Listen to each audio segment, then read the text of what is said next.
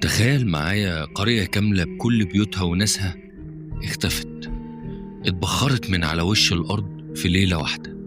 دي مش حكاية ألف ليلة وليلة، دي قصة حقيقية حصلت في مصر. ده لغز قرية الفوايد المختفية في الفيوم.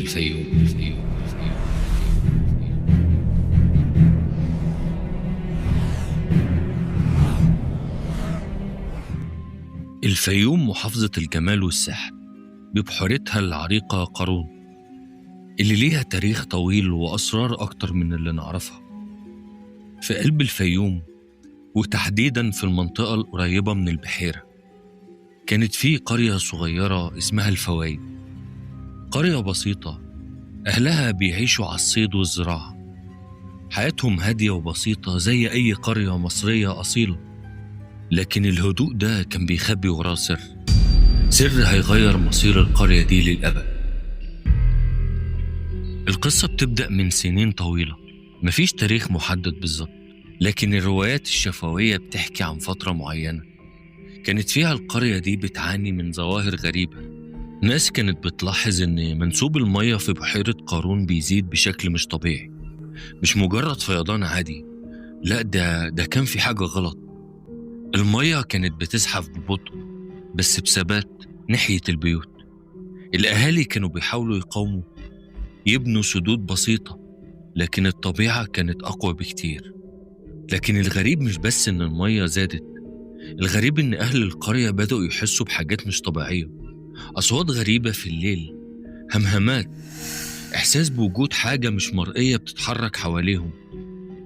بعضهم حكى إن شاف أطياف بتظهر وتختفي، أو أحلام وكوابيس متكررة عن القرية وهي بتغرق أو بتختفي في ظلام دامس. هل دي كانت مجرد هلاوس من الخوف، ولا كان في قوة تانية بتشتغل في الخفاء؟ الروايات بتقول إن في ليلة من الليالي، ليلة محدش نسيها، الجو اتقلب بشكل مفاجئ. عاصفة رملية قوية ومطر غزير، الناس كانت جوه بيوتها بتحاول تحتمي، لكن اللي حصل بعد كده محدش كان يتخيله.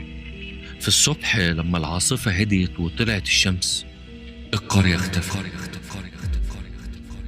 مكان قرية الفوايد اللي كانت عامرة بالبيوت والناس بقى مجرد أرض فاضية، أو جزء منها غرق تحت مية البحيرة اللي زادت بشكل جنوني، والجزء التاني ابتلعته الرمال كأنها اتبخرت. الأهالي اللي قدروا يهربوا أو كانوا برا القرية وقتها رجعوا يدوروا على أهلهم وبيوتهم، لكن ما لقوش أي أثر.